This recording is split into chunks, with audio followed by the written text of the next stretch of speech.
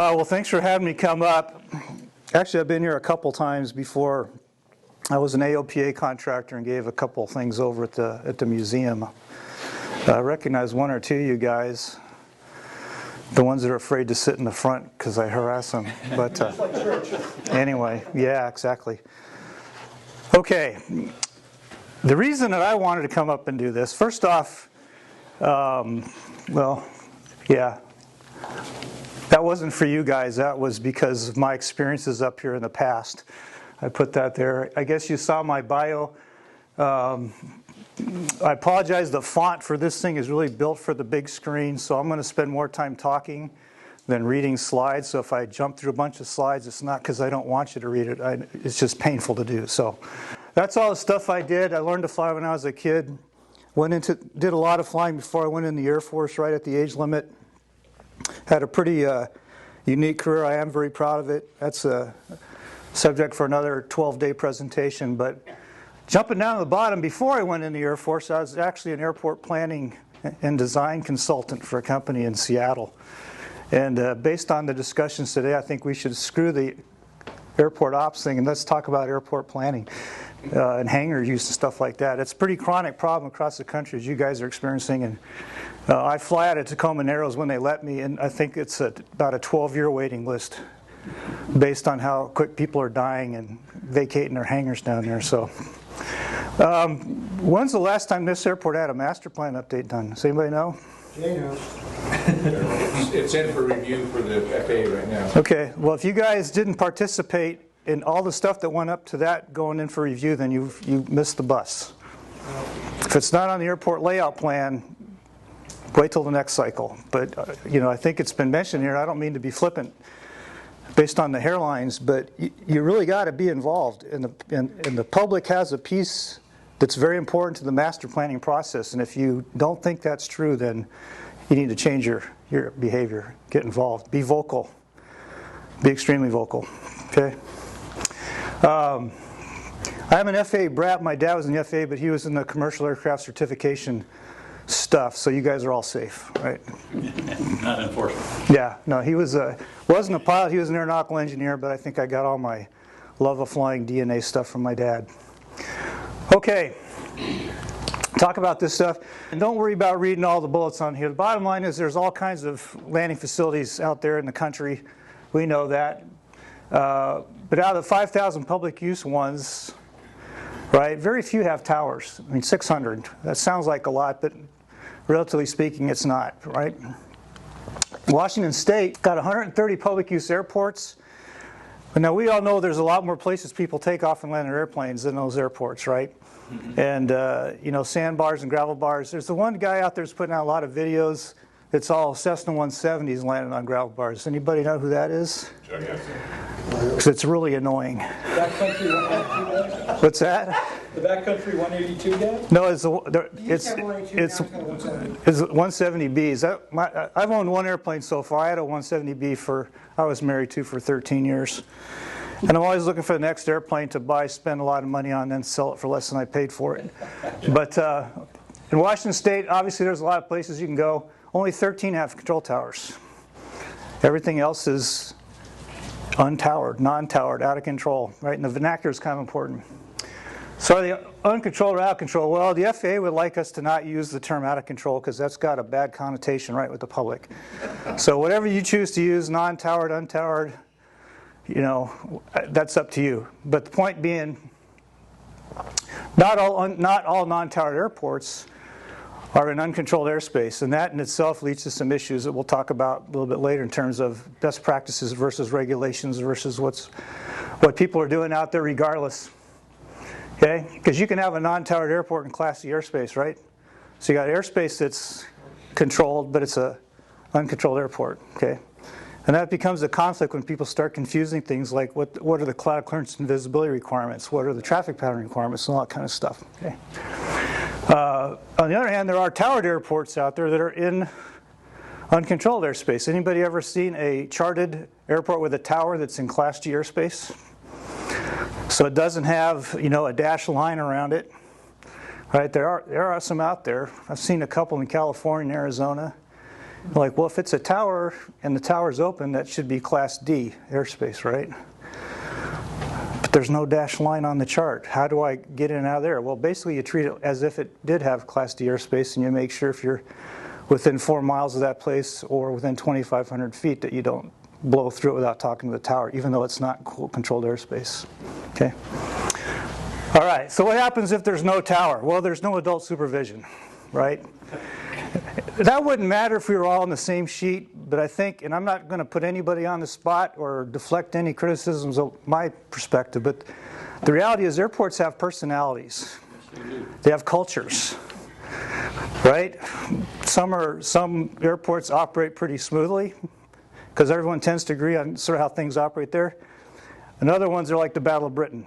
Okay, I'll leave you to judge what you think this airport's like. I'll tell you from my experience here, unfiltered by other people's perspectives, I've come closer to dying at this airport than any place else I've ever flown because of that, right, over time. So, you know, it doesn't mean that they're inherently unsafe. A lot of people think, well, if there's no tower, it's unsafe. No, it's not, right? It's up to the guys using it to make sure it's safe. So weaker safety net, not necessarily, again, if everyone's on the same sheet, but we know that's not always the case.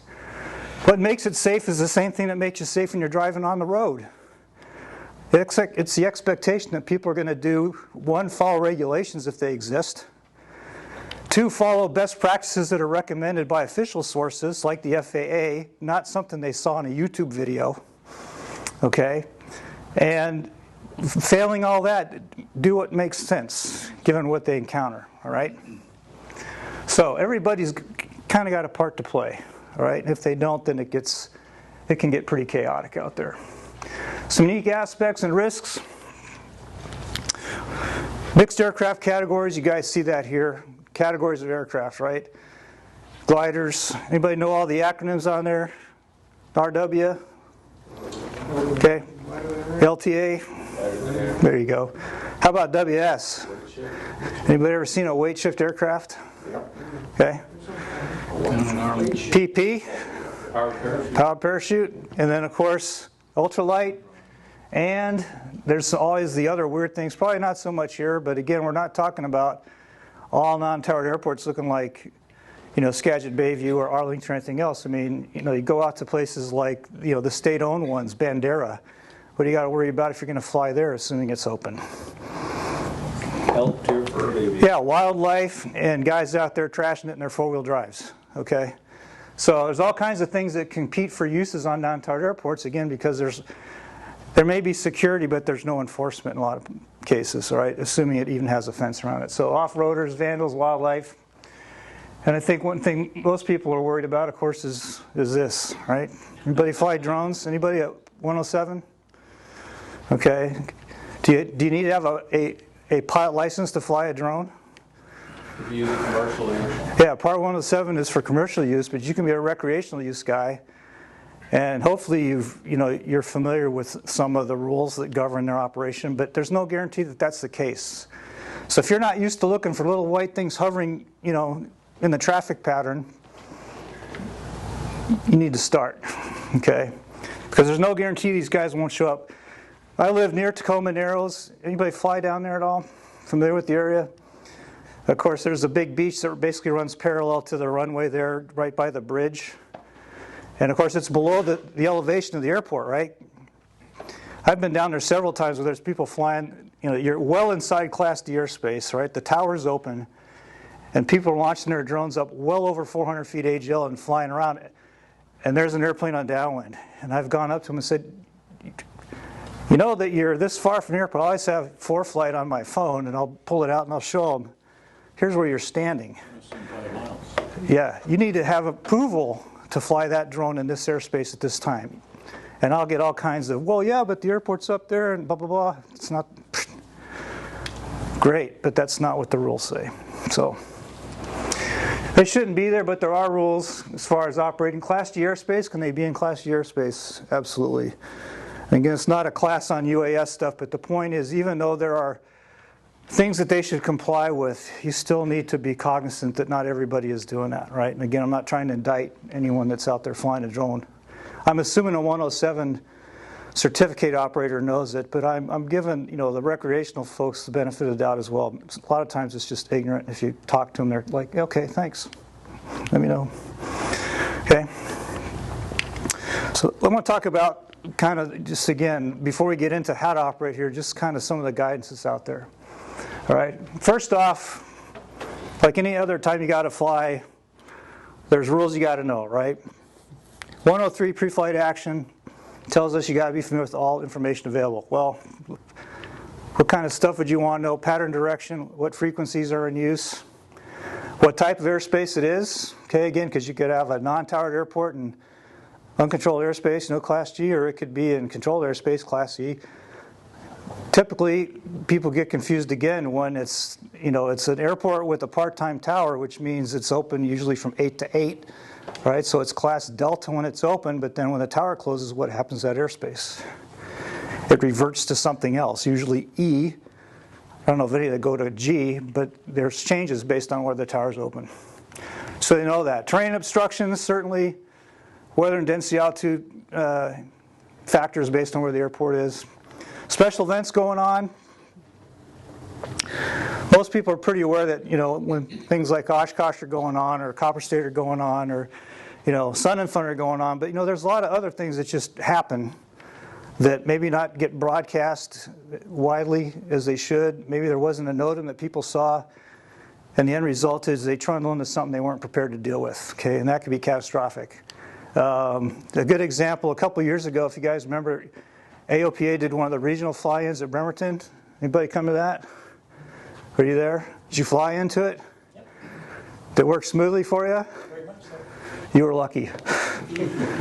Yeah, I was there. Of course, the FAA brought in it wasn't a temporary tower, but basically some folks sitting out on a platform on the back of a pickup truck, and it was crazy. They had published arrival and departure procedures just like we do for Oshkosh, and I would think that maybe half the people had read that, or even knew someone's gone. And these poor guys in this temporary tower were, some of them were so bad they just tell them, leave the airspace and don't come back, because they were so dangerous relative to the published flow. So there are ambushes you got to pay attention to. Special rules, Part 93 airspace.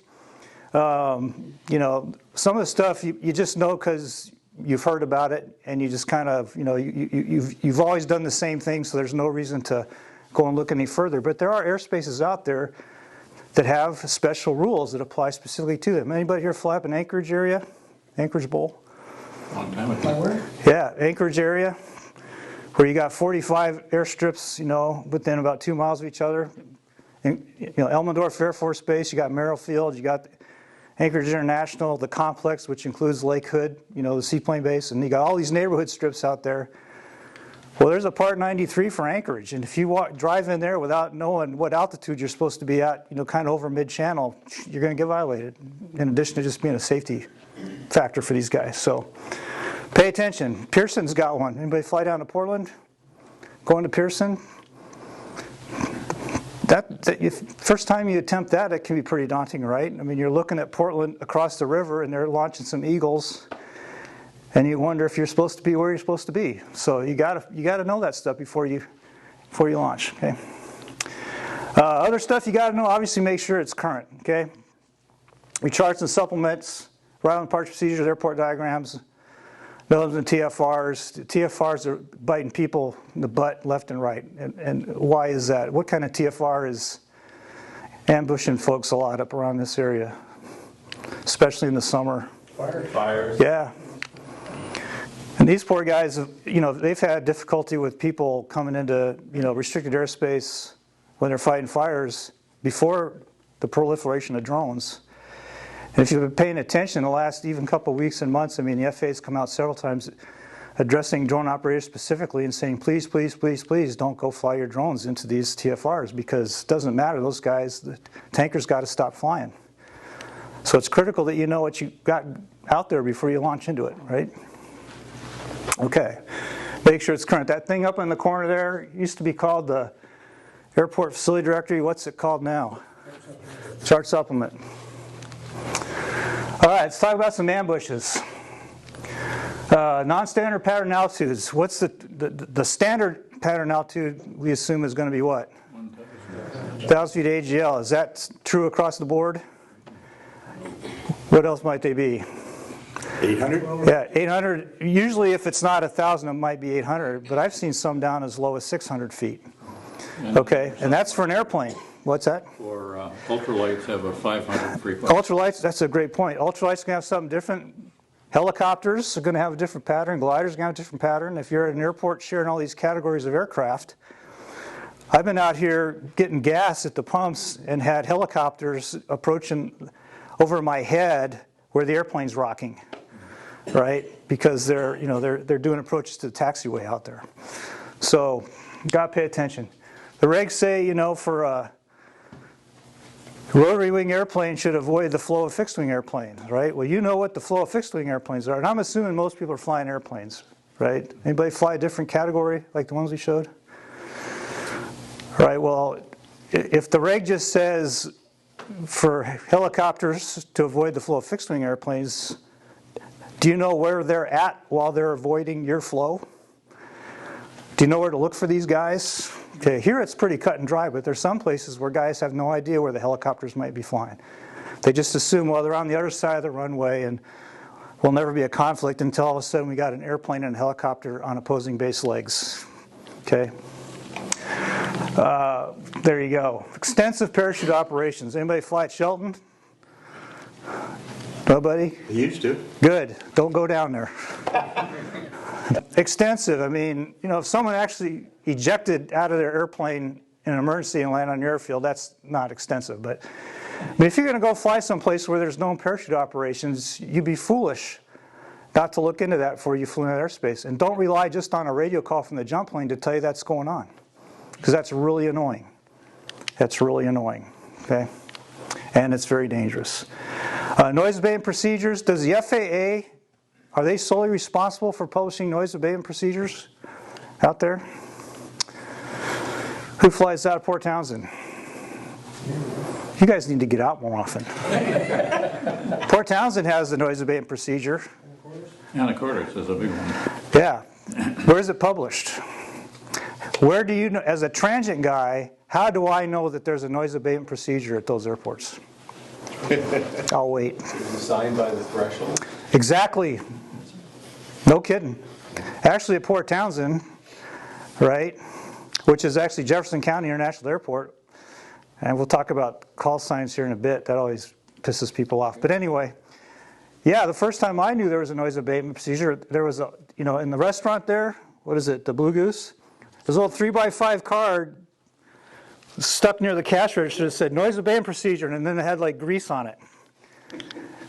Then you taxi out to the end of the runway, and there was a plywood sign by the runway, and all the words were covered with seagull poop. But it said noise abatement, and basically if you've flown out of there, essentially what it's telling you is it wants you to go to the shoreline before you turn. FAA didn't publish that. The airport did. Does that make it any less significant to you flying your airplane out of there? Absolutely not. Because the whole point of that noise abatement procedure is to do what? Keep Quit from pissing off the neighbors. Keep the neighbors happy. And just like you not participating in the master planning process has a big impact on what that FAA-approved airport layout plan will end up looking like, all it takes is 3 or 4 of us to go out there and blow something like that off, and now that airport's facing a battle. So it's not just the FAA publishing them in a NOTAM, it's you just being aware locally that there's something that they want you to do. And if you can't do it from a safety perspective, that's one thing. If you just decide to blow it off, that's hurting all of us, especially that airport, right? Recommended calm wind runway, ambush. Now I understand people have an aversion to these. I'm not sure why. Most of the reasons are nonsensical to me because it's a recommendation. I'll tell you a really quick story as a transient guy why these are critical, right? Because the culture of the airport is going to define how people accept it there. And again, I don't get the adversity to it. But I'll tell you from a transient guy, it saved, it could have saved me a lot of money, and it probably could have saved a DPE his job, or if not his job, at least a lot of business. Because on my private pilot check ride here, time me for a minute, would you? So I took my private pilot check ride when I was a kid, the DPE was in Renton, took off, was doing the check ride, and he says, okay, I had to divert. Guess where I went? I went to Monroe. Did everything perfect, got up to Monroe, overflew the airport, and at that time there was a CTAF frequency, but there was no ASOS, AWOS, anything else. It was fly over the airport and look at the windsock. Still practical. Imagine that. And look at the flags. And look at the cows that were all standing off the end of the runways. So I got up there, did everything perfect, because I am the best pilot I've ever seen. And I flew over the airport. I looked down, and I go, okay, this is great, because I'm going to land to the east. And that's going to allow me to go back over downtown. It's got some great visual references to enter on a perfect 45-degree entry to where I hit midfield on the 45, not aim, at midfield for the 45. And I did all that stuff, went out, made all the appropriate calls, entered the pattern. And before I did, I looked down. The windsock is hanging straight now. The flags are hanging straight now. The cows are all standing, facing different directions, right? So it's calm. And I said, well, I'm going to go in this way. It's calm. And I just assumed, since we were up there at Monroe, that I'm going to do all my short field stuff and all that, instead of going back to Renton, right? So I get in there and I enter downwind and I turn base and I turn final. This was in the days before, the stabilized approach. You had to be able to say that in Latin 3 times. And I roll out on final. Everything is great. I'm fully configured. I'm on speed. And I tell the guy, I'm going to land. I mean, it's a short field. There's no obstacles, but I don't want to waste, 1,000 feet of a runway. I'm aiming for the numbers, so I'm going to land just past him. Of course, he's not saying anything. Come in. And I get just to where the threshold is going under the nose. I'm bringing the power back. He tells me to go around. So I go around. This, Cessna 150. And I'm climbing out, and I'm thinking, your brain is going like this, right? I'm going, well, that makes sense, because I got to demo that anyway. He obviously, I was going to land. And, why waste this on a landing? Because I have to do a go-around. So, and again, this is back in the PTS days, not the ACS days, right? So I go around, I clean it up, and I'm climbing out. I'm going to make a right-hand pattern. I turn crosswind, and the guy says, okay, take me home. I'm like, okay, geez, I must be doing really well. So we fly back to Renton, and we're about halfway to Renton. And again, back in those days, it was pretty much wilderness. Between Monroe and as you came in, kind of north of Lake Sammamish and Redmond. I mean, Microsoft hadn't paved the world yet, so the next big threat basically was getting close to downtown Bellevue, and then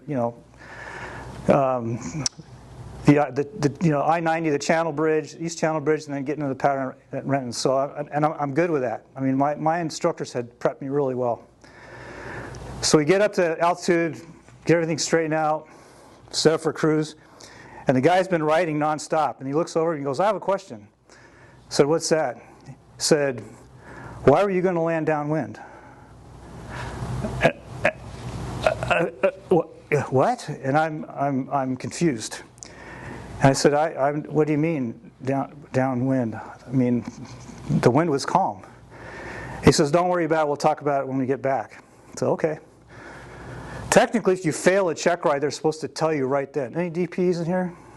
They're supposed to tell you that the check ride's over. We go back to Renton, and I'm thinking, okay, now I'm going to do all the pattern work, because I'd done all the other stuff prior to the diversion. Get down to Renton, I enter the pattern, and I'm expecting now to do all the other, all the transition stuff. And I report downwind, and he says, "Make it 1 to full stop." Now I'm really confused. I think, man, I'm doing so well. He doesn't even have to see the rest of this stuff. I came in and landed, taxied back, parked. The guy says, "Okay, I'll meet you inside." And I went inside. I'm like, "Wow, this is awesome," because I had to fly the airplane now back to Boeing Field. That's because that's where the airplane was from. After I now take off with my new temporary certificate and go fly over my girlfriend's houses and stuff. Get back, go in the office, and This office was on, it's not, I don't know if it's there anymore, but it's by the Boeing Club, if you guys know where that is on Renton. Go in, shut down, I walk in his office, sit down, he goes, well, as he's handing me a piece of pink paper, he says, yeah, everything went really well, he said, except for your attempted downwind landing at Monroe. And now I'm pissed. I should have warned you, I swear. So I'm confused, and this guy gets up, and he says, well, here's what you did wrong. And I said, well, the windsock was hanging down, the flags were hanging down, the cows were all facing their, all the stuff I'd been taught. He said, well, the flag was hanging down, correct. I said, yes, it was. He goes, but which side of the flag pole or the windsock pole was it oriented? And I went, what? He goes, it was, which way was it? You know, it's hanging down one side. Which side was it hanging on? I'm like, I don't know. It was calm. He goes, well, you should have noted which side of the flagpole thing was hanging down and used that as determination. And if you had done that, you would have landed the other direction. I'd never heard that before. Yeah, I don't believe that. And that guy was, I walked out. Now I need him to get me a. I have to get another solo endorsement to fly back because I failed my check ride. I go outside in a little waiting area and I hear him call my instructor back at Boeing at Sperling, and this is on a landline. And through the door, I could hear my instructor screaming at him on the phone. That's how mad he was. And guy comes back out and he goes, you know, come back tomorrow. You don't have to do the whole check ride. You just have to show me, you know, that you can get into an Ontario airport. So that's the short version. If it had just said recommended calm wind runway, I could have come back and said recommended calm wind runway. What was his name? I don't remember. Was it Lou Fancher? I don't remember. This was 1977. So my school, I went back the next day. He was still red from the tongue lashing. And he said, so where do you want to go? Like, why not? Let's go back up there. And then at the end of the day, he says, well, I knew you knew what you're doing, but I had to make sure all stuff. But this whole idea that the side of the pole that the windsock, that's what I failed for. And that school never sent anybody back to him, Sperling Aviation. So recommended calm wind runway, we could have, you know, he'd have had an argument, but he had none. So the rest is up to you guys, but I don't get the aversion to it. Some other guidance out there. Got a little long-winded on that. That's actually a 3-chapter story. That was like half the first chapter, but you get the idea. Lots of guidance out there. We're going to talk briefly about the difference between guidance that's regulatory and guidance that's recommended. Okay, I know it'll get long-winded, but these are all things that are recommended, right? These are not FARs. These are FAA handbooks. Of course, the AIM, you're familiar with that. Airplane Flying Handbook, the PHAC. The AOPA puts out a lot of stuff, and of course, you know, depending on where you live, there's a lot of information out there. You know, Washington State puts out a guide that's a couple years old, but all this stuff is available for you to read about things in black and white.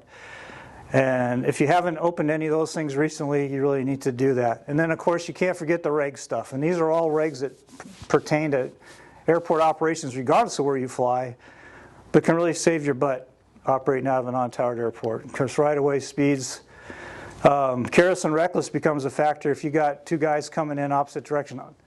I came up here once several years ago in a Skycatcher to fly up here, and I was about 15 miles south. I turned, you know, up the freak, I'm listening. And again, I'm not pointing fingers at you guys. I'm just saying this airport's chronic for this stuff. 422, 11, and 29. There were airplanes reporting that they were using. Somebody was going to use all those runways at one time. I'm like, you've got to be kidding me. What do you think I did? wait, Yeah, I went home. calm down. I went home. And there was a female instructor. I'm assuming that she called up. She was taxiing out. And she just kind of came on the radio and just kind of said, I'm taxiing to this runway. And all the rest of you guys got really quiet. So I don't know who she was, but that was the most insane thing I'd ever heard. 4 airplanes. And they're all racing to 4 different runways. And it's like they're actually going to do that stuff. That's insane. That's absolutely insane. And the wind was calm. Okay, the best single source, sorry to get long-winded. Best single source out there, by and large, if you don't want to read the rest of that stuff, the best single source brings all that stuff together is this AC 9066 Bravo. It's a few pages long. You can read it over a coffee. And it brings kind of the key elements to all those regs and all those FAA handbooks into focus for you. Some of the things that go into building this thing, first off, the FAA, remember, doesn't regulate pattern entry, just the flow. Right? That's why they can't unequivocally say don't do a straight in, or do a straight in, because that's technically you've never entered the traffic pattern if you're doing a straight in, right? VFR aircraft landing from a long straight in never enter the pattern, right? So they don't regulate that. That's why you say, well, I'm supposed to make left-hand turns. If you do a straight in, you're not turning, right?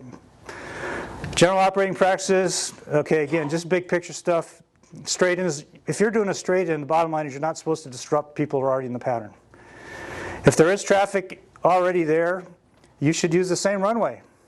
Not have 4 airplanes, multiple airplanes using multiple runways. Okay, even if you think you can do it safely. So you got to pay attention to what's going on. If IFR traffic in VMC doesn't have priority over other VFR aircraft, right? So even if you're on an IFR flight plan shooting an instrument approach, if it's VMC, you don't have priority. You're supposed to fit in with the flow.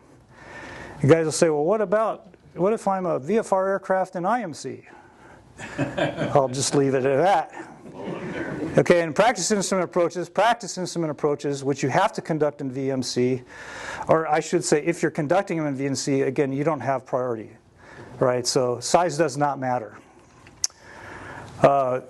Recommended versus required, people fall down on what's required and what's recommended. Okay, in Part 91, those are the rules. Words like must, will, and shall.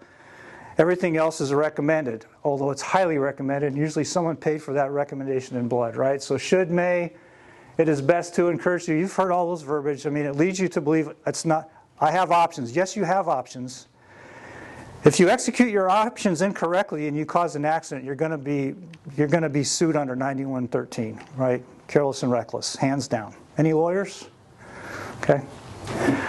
So what's legal and smart? Sometimes it's hard to tell. All right, I get that. So my personal default is I just go with what's the most restrictive. If it's an FAR, that's a no-brainer.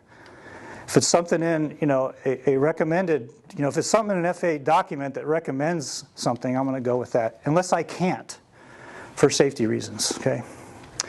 Do words matter? Yeah, they do, and they get confusing because the FAA, specifically the FAA, will address the same topic with different language in different documents. So you got the FARs, the AIM, you got advisory circulars, you got some other handbooks, and they'll talk about the same thing, but one will use a word that shows it's required, right? And those are the examples I used. All right, we're talking 91-129 now, which is a towered airport, not a non-towered. But that's the one that says if you're operating in that kind of a towered airport in that type of airspace, you must enter the pattern at an altitude of at least 1,500 feet elevation above the airport, right? Anybody fly a larger turbine airplane? Okay. Whereas the AIM talks about the same thing, entering a traffic pattern on that type of airplane, but it says you should enter it, right? So I guess you could argue either way if you fly that type of aircraft. But that leads to people interpreting things differently, right? And it's understandable. Okay. Breaking the code on all the airport regs, all right, Part 91, it's basically they start with the least restrictive, which is the ones that apply here, right, 91-126, or the ones that apply to Class G airspace, and then they stack all the subsequent ones on top of that, all right? So you take what's in 91-126 for Class G airspace, 91-127, they just say, hey, everything in 126 applies, and then they add a couple things, right? And as you go up towards more complex airspace, it never relieves you from the basic thing that's identified in 91-126. And the only real thing in 91-126, the only thing that really says as far as a regulatory requirement on you is the what? It's the one that says if you're approaching an airport to land, you'll make all your turns to the left. That's pretty much it, unless it's indicated otherwise, right? The right-hand pattern. But all the rest of those regs add stuff to that basic premise, right? The problem is when you get to the end, which is Class A airspace, not an airport, it doesn't go back up and kind of close that loop.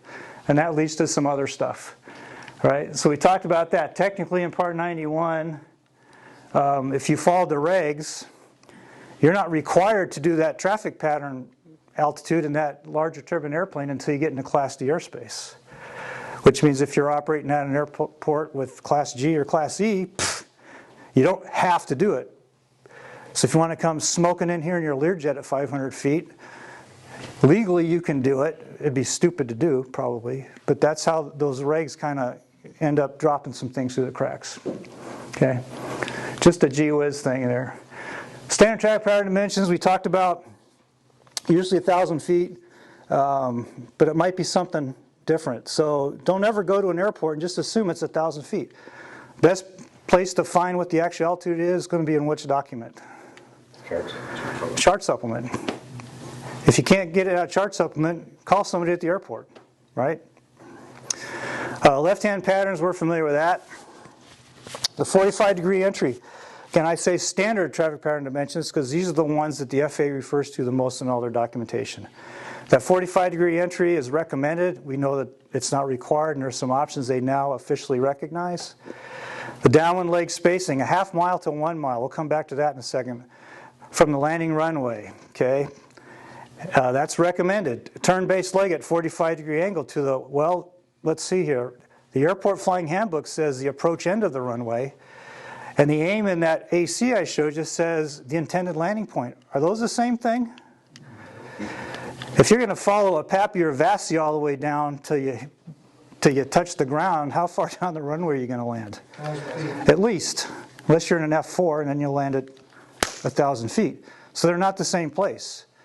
Okay? Same thing, if you like to fly your downwind pattern with 1 mile lateral spacing, you know, the old cross-country downwind, and you go out to a 45 degree to, let's say, you know, the end of the runway, and then you turn base, and the guy that opts to fly it at a half a mile goes out to 45 degrees and then turns, are you going to be in the same spot? Not even close. Right? So having standards and having people flying to two different standards at the same time means what? You could have airplanes all over the place. Is anybody doing something wrong? No. They're doing something that's recommended. But if you're the guy that's at a half a mile, you go out to where you're going to turn at 45 degrees. If you don't look out for the guy that's went out to a mile, the chance of you meeting somewhere else just went up exponentially. Okay, so no one's doing anything wrong, but it puts you in two different places in the sky. It's almost an engineered near-mid-air collision. Okay, complete the turn to final at least a quarter mile from the runway. That's an at least. Yeah, go ahead. One little thing I'd like to jump in here, just so you get what you're saying. This is exactly germane to this. This is a 1 mile long runway, right? That's inside the racetrack for the people who fly this pattern. Yeah. And most people you see flying here are outside the racetrack. Half mile is about over Jerry Burr's hangar. So when you come in here, you think about that recommendation. You should be somewhere between here and here on the downwind leg. Yep. If you got a local, we call them unit of measure, like the runway length, I mean, factor that into everything you do. That's where you should be looking. The last place you should be looking to fly your traffic pattern is where?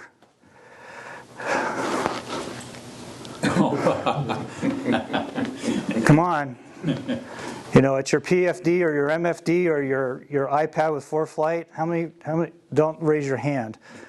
But people are doing that. So they have total global SA because they're flying a magenta line. At least they die relaxed, okay? All right, so, again, recommendation. Turn to final at least a quarter mile from the end of the runway, quarter mile. What is kind of the, I won't say standard because we all have different standards for this, which is another problem. It's not printed, but we all have standard. What is a normal glide slope? 3 degrees. 3 degrees. Okay, that's roughly what? 300 feet per what? Per mile. Not exactly, but close enough. So essentially, if you like to roll out on a 1 mile final, right, and be on a 3 degree glide slope like to the end of the runway, forget the Pappy and Vassie, but the relationship's the same. You're going to be about 300 feet above the ground, right? Can you make it to the runway from 300 feet into a headwind? I'm just saying. Do you think about that? I fly a much tighter pattern than that. Okay, but if you like to go at the minimum, let's say you want to fly to where you're going, FAA says at least a quarter mile. Well, if I want to fly a tight pattern, a tight downwind and tight base leg, pretty steep. But I take pride in rolling out right at a quarter mile on a 3-degree glide slope. How high above the ground am I going to be when I roll out on final? 75 feet. 75 feet. And you see someone do that, you go, geez, what a clown, right? But technically, there's nothing wrong with that. I mean, as far as recommended, but that's the relationship. Good. You want a 3-degree glide slope come in, you lose an engine, you're not going to make it. Of course you're not. You know, that's for instrument 3 degrees. Otherwise, there's a point there. Well, if you fly, again, tactics, techniques, and procedures. There's nothing wrong with flying your visual pattern like you fly an instrument pattern. I mean, what's the PAPI or VASI going to be set up to? In most cases, in a lot of cases, they're not quote coincident, but in general, they're pretty close, right? And if you're someone that follows that all the way down to touchdown, it's always going to take you at least 1,000 feet down the runway, right? That's what you're looking at. On the other hand, when do the regulations say you can descend below that visual glide slope that's indicated on that type of equipment? When it's needed for a safe landing. Well, if I roll out on final at a mile, and I got 2 reds and 2 whites, because it's a 3-degree coincident PAPI, right? And I said, well, I don't want to land 1,000 feet down or 1,100 feet down. I want to land just past the numbers. When can I go below that?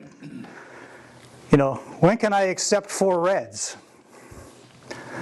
Whenever I decide that I now need to be able, I'm now, you know, this is required for me to safely land the airplane where I want to land it.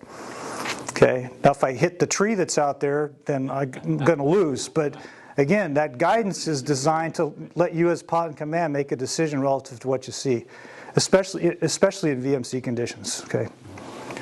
All right, so faster and funnier. Some tactic, techniques, and procedures. One, always anticipate the unexpected, all right? And just like me coming up my Skycatcher and listening to the craziness up here, I've flown up here enough by that time to anticipate it, and I had already gone with my plan B is I'm not even wading into this mess, I'm going home. And guys are like, well, why don't you go to Arlington and do it? Well, because Arlington's worse. Okay. Well, Arlington's going to get a control tower, you've heard that, right? Good. Yeah, they need one. Is there a date on that? I saw that within the last month. It's going to be a remote, though. Yeah, well, that's the trend. Yeah. So, and that's mixed reviews on it. It works well in Europe. We'll see how it works in the U.S. Expect the unexpected, of course. Mix of fast and slow airplanes. You got that here, don't you? Obviously. And why is that important? Well, one, because fast and slow is going to drive traffic pattern dimensions, right? Guys are going to fly what's safe for their airplane, okay? Turn rates and radius is going to be a little bit different out there. It might result in larger, smaller patterns, okay? So again, a recommended half mile to 1 mile downwind spacing going out to 45. Where does this guy want to land his, you know, his vintage jet fighter versus where do you want to land your ultralight? Large and smaller traffic patterns makes an intersection takeoffs. We're going to talk about that. What regulation says that you have to use the whole runway length to take off? Yeah, none. Makes sense to do that, right? But is there a requirement that you use the whole runway? No. What's smart versus what's legal? Got to be looking for those guys. I've worked on airports. You've all been to airports where you're sitting, you know, on the approach end of one, and you watch the airplane land, and you can't see him. That's called length of vertical curve, right? He's over the hump. Right? You know he's on the ground, but you're not going to move until you see his airplane come up the taxiway, okay? So doing an intersection takeoff and not knowing who's, you know, on either end of the runway could be catastrophic. Yes, sir, go ahead. Well, there's no, in some noise abatement procedures, they disallow intersection takeoffs like anacortes, right? Sure, and that's a local driven limitation. So you remember the airport owner-operator, via the airport manager, can direct whatever type of restrictions they want on that airport. And they have just as much weight in law as if the FAA had done it. Okay? So, you know, you'll just start getting in trouble with somebody that's below the FAA, and then it'll elevate. But you're not relieved of complying with whatever's published for that airfield. Poor and non-communicators, I'm going to get to that in a second. And again, folks looking outside. People are, you know, it's like they're driving their Tesla out there. A practice emergency, you know, if you have a practice emergency, we all practice that, right? It's not the same as a real one. If your airport, you know, your airport does not say that right-hand patterns are authorized for a particular runway, you want to come in and demonstrate to your student how you can land this airplane from a simulated engine failure at 5,000 feet, right? Guess what? It's not your option to not do that same thing. If it's an actual emergency, then all bets are off. But if it's a practice one, you still have to comply with the restrictions to that airfield, or the regs that govern operations of that airfield. I've seen some really interesting videos by some very famous flying-related sites right now that do stuff like that. And I'm like, you can't tell people that. You can't just say, well, I'm simulating engine failure and come in and do a right-hand pattern at a left-hand pattern airport. It doesn't work. Still got to follow the rules, okay? Got a clear runway out there, okay? You come in, you're number 2 to land behind an airplane, and he lands, and how far behind him do you have to be before you can land? 3,000 feet is class whatever it is. Really? You have to be off the runway. Clear- You have to be off the clear runway the before you runway. touch down. Says who? Right? I'll wait. You're talking about class 1, 2, and 3. Right, it's in the airport controller's handbook. Yeah, for a controlled airport. Why? That's the only guidance you have. Yeah, so again, legally, anybody here fly formation? Well, how do you legally do a formation landing if you've got to have 3,000 feet behind 2 Cessnas? It's, you've already discussed it prior to the formation flying. Sure. Bottom line is there's no regulatory restriction to how close you are to another airplane at a non-towered airport. The controller guidance, the key word is guidance, and again, it works at a towered airport because you got a controller that goes, you're not going to make it, I'm going to direct you to go around. Where the next controller goes, yeah, you look good to me. I'm going to, one guy added a couple for mom and lets you land. The other guy goes, no, you're too close to go around. So again, I'm not advocating that you land when you don't have a clear runway, but again, there's no rule that says you will be 3,000 feet behind another Cessna taking off or landing at a non-towered airport. TAF versus Unicom, they're not the same thing, okay? What is Unicom? What do you guys have here? Yeah, what? CTAF. Okay. So, what's the difference between a Unicom and CTAF? Unicom's like an FBO frequency. Kind of like. Unicom is a station. It's not a frequency. We always refer to it as Unicom. But it's a facility that has a contract to provide services to you, right? And there's a frequency published for those guys that you can talk to them. Well, in addition to ordering pizza and beer from Unicom, we also expect that we can get what from the Unicom operator, assuming they're on duty. Yeah, not air traffic control services, but information pertinent to the safe operation of that airport. Okay, and some of them are pretty good at it, some of them are really bad at it, some of them don't do it. But Unicom is a place, it's a service. A human being is going to answer you on the radio and tell you what you want to know. As opposed to CTAF, which is purely for what? Interplane communication. It's for us talking to each other, okay? Relative to the airport operation. Now, if I just want to talk to you about how bad the Mariners suck this year, right, and I don't want to talk to you on my cell phone, I can call you on another frequency as well. Anybody know what that is? 12275. Dial that up one day when you're out trolling around. Or 12345, same thing. Well, there's a lot of ones you can use, but the point is CTAF is not for anything other than safety of flight related stuff. I'm not even going to ask you how badly that's abused. That's pretty chronically, apparent around the country. So Unicom and CTAF aren't the same. If you have a tower, when the tower closes, like it narrows, right, typically, and I'm sure there's exceptions, but typically, if you have a tower that closes, that airspace goes from Delta, right, because a Bravo airport like CTAF is never going to close.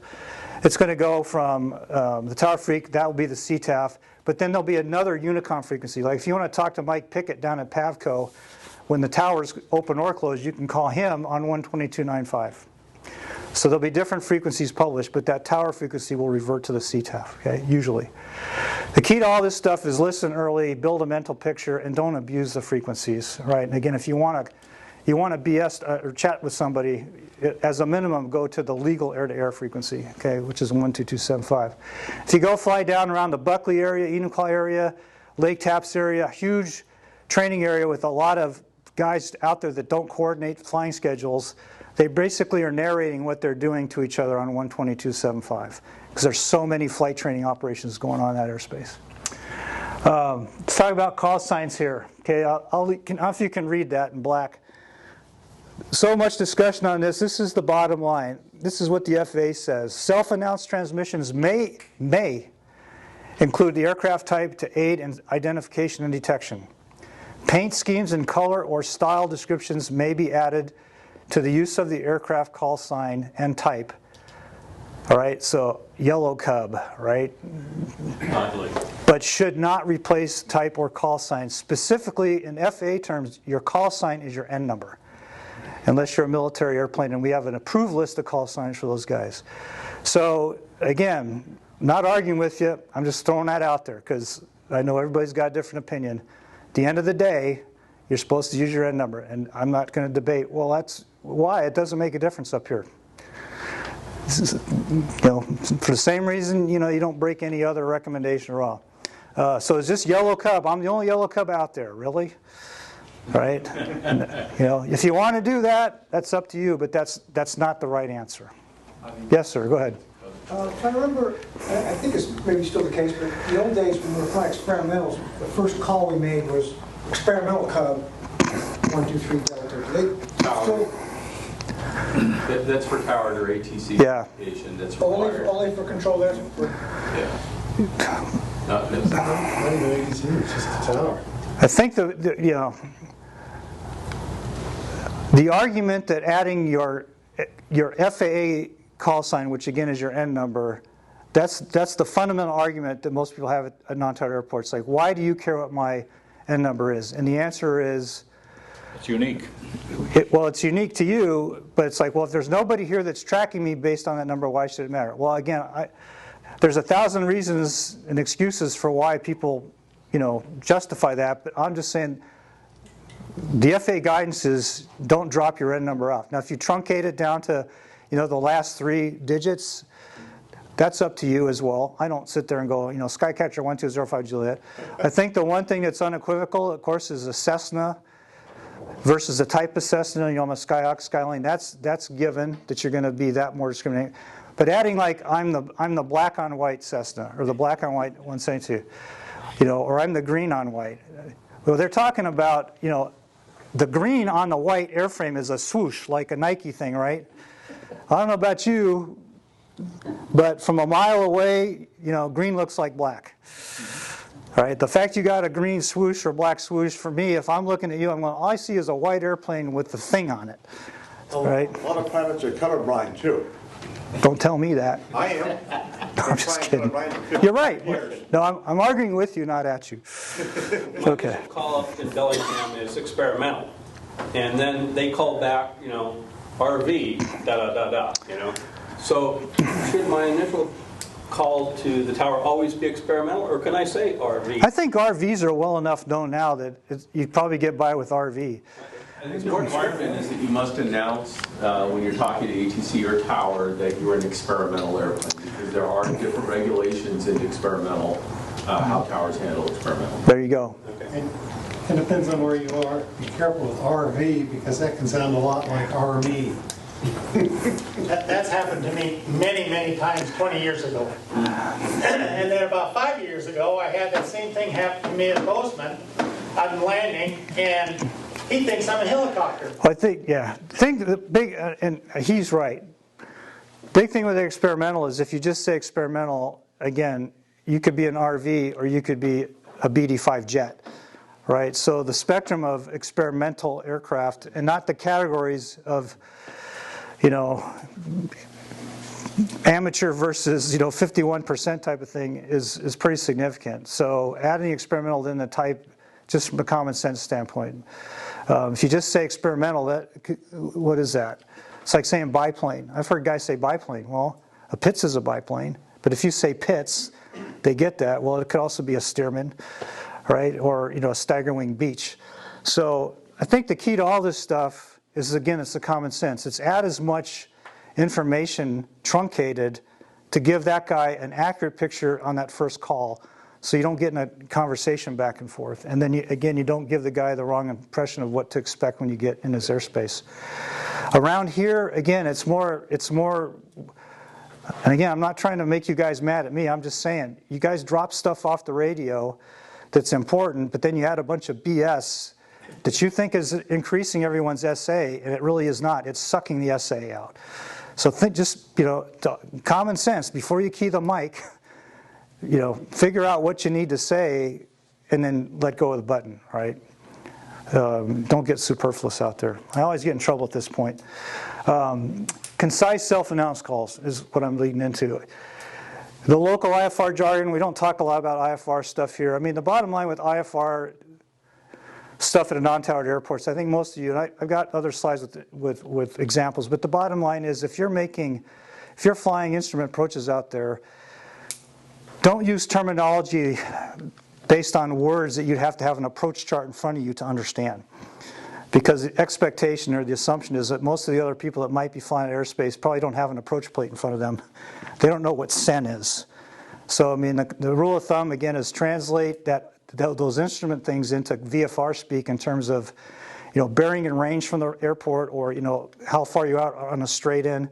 Now, if you're doing an ILS approach or a VOR approach, most people know kind of roughly what that is. But if you're doing anything with GPS out there and you start throwing LNAV, VNAV, LPV out there, and they're going to go, I don't know what that is. So translating that into, again, you're on a 5-mile straight in, to runway 29 or whatever. Just think about how uncomplex that airplane is, and the fact that guy can't I need to look at this piece of paper to know what this place is that this guy's talking about. I think that should be consistent, I hope, with what you guys have heard. All right, go ahead. Just for the FARs, 91319, no person may operate experimental certificate, blah, blah, blah, and it goes down, must notify the control tower of the experimental nature of the aircraft when operating the aircraft into or out of airports with an operating control tower. So there you go. That's why you must use the experimental. Great. You didn't have that memorized? You had to read it? Jeez. Too much time on that glass. I'm surprised. I'm shocked. The big thing with the last one here is your calls, right? And we'll talk about what they are specifically. But again, I was surprised guys in the recent past it's like they had an epiphany with this. The reason if your buddies up there will allow you the airtime to make the call while you're doing the actual thing you're doing, why does that make sense? Because they know where to look for you. Yeah, big wing flash out there, or maybe a little wing flash, but that's assuming you own the airtime and you can key the mic when you're making a turn from down to base. You're making a turn from base to final. Because now they look out and they go, yeah, he should be out there. And, oh, yeah, there's a plan for him. Now, granted, there may be other guys talking about, the concert or something on the radio, and you can't key the mic. Well, do if you can, and help people find where you're at. If you don't hear anything on the mic or on the radio, obviously, airport like this, you can't assume that there's nobody there. Why? Because there's no requirement in this airspace for people to have a radio. Okay? So, the fact that you don't, and we've all heard any traffic in the area, please advise, that specifically is, don't use that. And I'm surprised, the guys I hear using it still, guess what they tend to be? They're not brand new pilots, they're like 135 operators. It's crazy. So you've all heard that, but assume other traffic is around and be looking for it. Remember, they're not required in this airspace. Doesn't mean a transponder might not be, and of course ADS-B. Big thing around here, that airspace requirement's driven, like where I live, by the Mode C Vail, right? So I don't need a transponder to fly in and out of Tacoma Narrows in its Class D airspace. I need a transponder because Tacoma Narrows is under what? It's under the Mode C Vail for SeaTac, right? Bottom line is, you can't rely on radios and ADS-B to survive in the traffic pattern around here, right? Okay. Some ambiguous guidance out there. We talked about the difference between what the regs say and some of the advisory circulars say when they're talking about the same subject. Another case, but in here, I want to drill down to the specific case of you got an airplane that's got radios that work, right? And you ought to be cool and I'm just going to listen and not say anything. We've all done that, right? Well, guess what? You got an advisory circular, but has directive, regulatory language in it. Kind of strange, but it says specifically, if you're at an airport that's got CTAF procedures and you're in a radio-equipped airplane, basically you're supposed to use it, right? You're supposed to use your radio. Okay, now it doesn't say just listen to it. Basically, it's interpreted as make radio calls on it and don't just sit there and listen to everybody else. So that AC, that's why I say that 9066B is, in general, from the audiences that I talk to, that's probably the best one for you guys to start with if you've not read it, and just look at what it says, and the light bulbs will start coming on, because it really clearly talks about what that slide says: differences in expectations between an airplane that has a radio and, of course, one that doesn't have a radio. Whether it's got one that doesn't work or it doesn't have it at all because it's not required, it tells you if you got a radio and it works, you should be using it. Okay. Recommended pattern calls. This is right out of the AIM, down there at the bottom. It's a table that's there. Now, these are recommended. Okay. Arriving, it says 10 to 8 miles out. Start listening more than 10 miles out, but between 10 miles and 8 miles in, you should be trying to make that first microphone key. And then make a call that you're entering downwind, hopefully at 45, when you're turning base, when you're turning final, and then when you're clear of the active runway. And of course, when you say I'm clear of the active, you don't say active. You say whatever the paint was on the end that you landed on, that's the runway. And again, some airports out there, there's multiple actives at one time for some reason. It gets pretty confusing. Departing aircraft, taxiing to active runway. Again, whatever number it is, departing that runway, and then stay on that freak till you're 10 miles out, if you can. Depending on the airspace, you might not be able to stay on that CTAF freak for 10 miles. The point being, if everybody just made these calls, that's what? 1, 2, 3, 4, 5. 5 coming in and 1, 2, 3 going out, right? Think how quiet the radios would be. Be pretty crazy. But this would assume that everybody is doing exactly what the recommendations are through the various FAA documents. And we know that's not true. So what happens is we get a lot of people out there that are doing their own thing, making a lot of radio calls, a lot of non-standard radio calls, because they think, the more I talk and tell people what I'm doing, the more SA everybody is going to have. And then that may be true, but in just as many cases, it may be the opposite. Because you think what you're saying is telling everybody where you're at, what you're planning to do, and also, and really what you're doing is you're cutting other guys off that are trying to do what these things are. The 45 degree, how many guys here make a 45 degree call? I usually do. But Entering the 45. I do.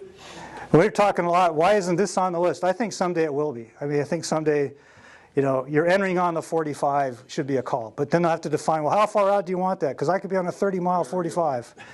But I make that call. These are recommended calls. So I gave this presentation in Virginia. I put the same table up here, exact same table. I said, here are the recommended calls. One guy stood up in my face, turned red, and he said, if you only make those calls, you're not welcome to fly at my airport. Okay. All right, so common sense, be proactive. Do you have to stick to that script on the previous page? No, but the more you stick to it, the better off we'll probably all be. There are times when it's just better to speak English, right? We've all been there. It happens a lot here. Just speak English. If you're unsure of something, that's a safety of flight issue for you, then key the mic and make the statement you need to, and then listen for the response. But use common sense out there. And again, the more non-standard stuff you guys do, the more narrating you have to do, right? Whereas if you just entered on a 45 or straight in, made those calls, you could get by with a lot less comm. Okay. If you think you're number 4 out there, and you start telling people you're number 4, don't do that. Why? Because you might not be. Again, you're only talking to the people that have radios that are working and are listening to you, right? You may think you're number 4, you might be number 7. All right, so the FAA specifically says don't announce your position, your sequence in the pattern. Don't guess what it is. Even if you know there's two of us and he's one and I'm two, it's not necessary. How about after such and so N number? I think specifically it says don't broadcast where you think you are in the sequence in the pattern, period. Don't tell them you're what number, because people will start going, and again, there's a guy out there that's not listening to you, so he doesn't know. Line up and wait at a non-towered airport. You know, the old taxiing position hold, line up and wait. Don't do it, period. Okay? Pull out on the runway and depart. Unnecessary calls, not necessary. Here's some FUPAs out here that are pretty chronic. One, using the town name versus the airport name. Which one are you supposed to use? You're supposed to use whatever's printed on the sectional chart. That's the name. Any places around here where that doesn't quite happen all the time? I hear a lot of Port Townsend traffic, right?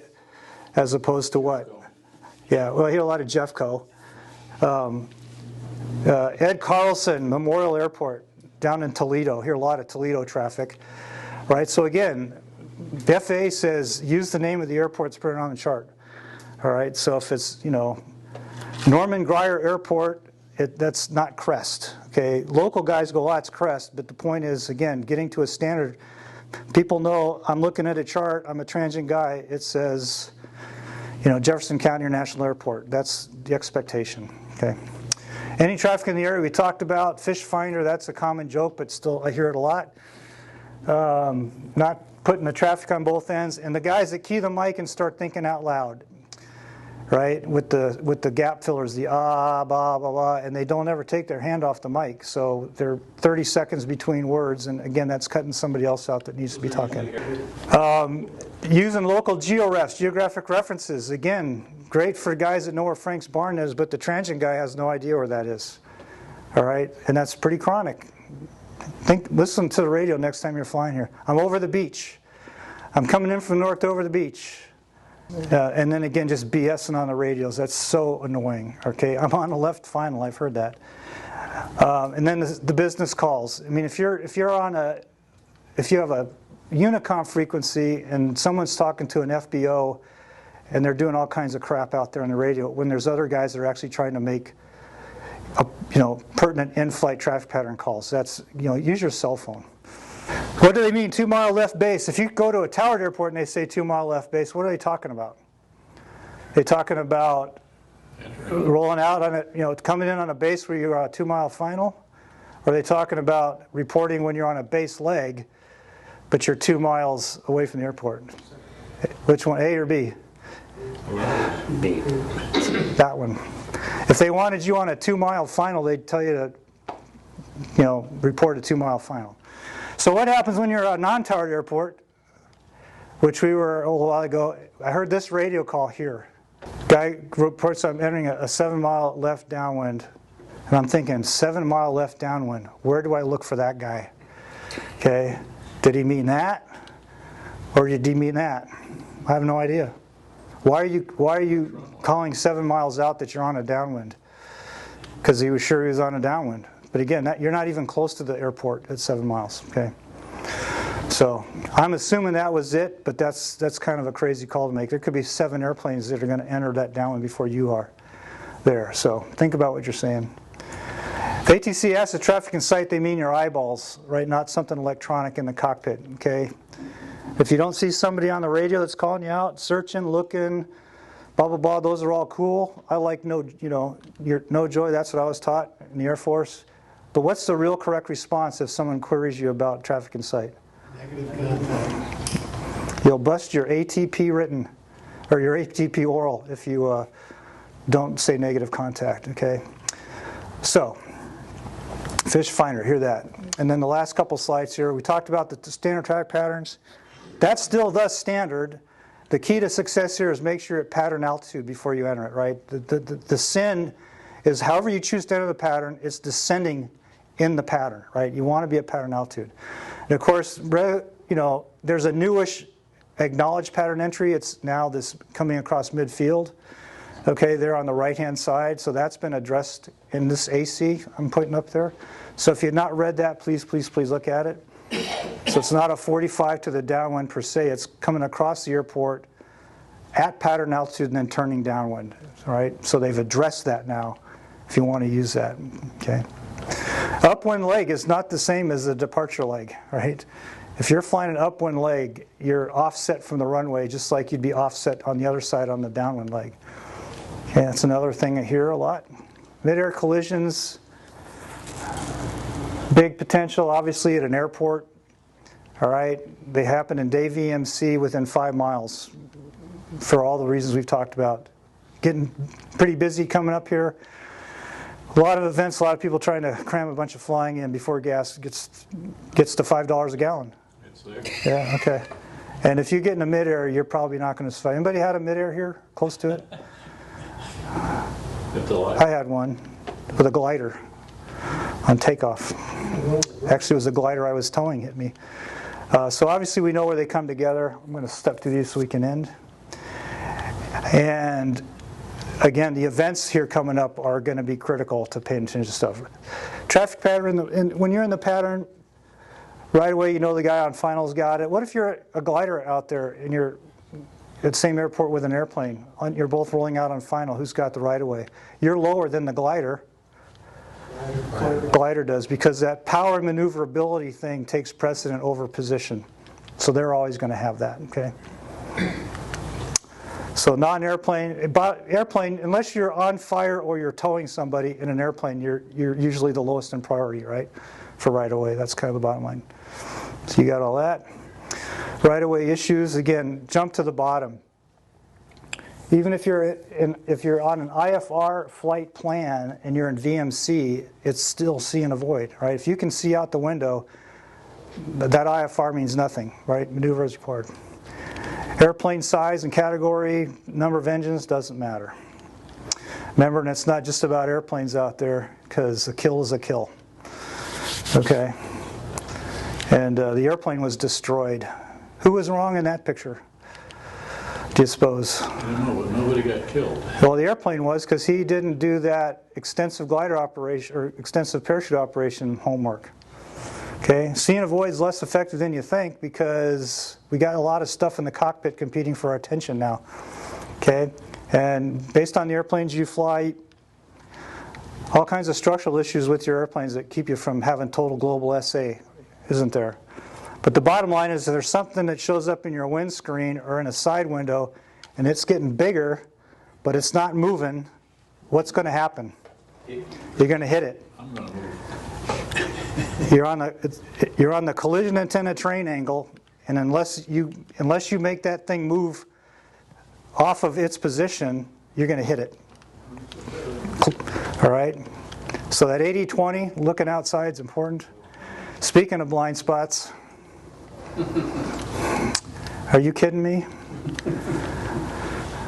Don't put that stuff up on the dashboard. All right? That's insane. I know the guys that I fly with, I require them to turn all their lights on all the time, period. Sorry. And ADS-B, I think we're going to end it right here. How many guys here don't have ADS-B yet? Does your airspace here require it? No. So even when you get it, is it the perfect solution for total global SA? Nope. No, because everybody out there isn't going to show up. Okay. Okay. That's all I got. Go ahead. One more slide. The question I had is, some of us operate out of uncontrolled fields that don't have taxiways. Yeah. That essentially you're taxiing On the runway. Sure. So when you're talking about, I think that it'd be super dangerous for me to only announce when I'm on my takeoff roll. I need to announce that I'm back taxiing, which end of the runway I'm going, that I'm doing a run up or something like that. So people, if I'm quiet while I'm doing my run up and I don't mention this, there's enough gap time that someone else might, come in, turn the radio on, and think no one's there. Yeah. So. Well, again, that's why, and I don't know what this guy in Virginia, his airport was like. It could have been like that. But again, the whole point is those are recommended we all make calls in addition to what's on there, based on your circumstances. So there's nothing wrong with doing that. I think the danger is, or if there's any danger, it's assuming that what you're saying is going to work for its intended audience. And that's, you just have to, I mean, you got to pay attention. So yeah, same thing. Make the call if it's appropriate. Just realize that you may be talking to space out there. So no, I don't disagree with that. I do the same thing. Same thing, crossing the runway here. If you're parked on the other side, you've landed, you got gas, and you're going to. There's no call that says when I'm crossing the runway, but I think most guys here make that call. So, okay. All right, thank you. One more, yeah, thanks.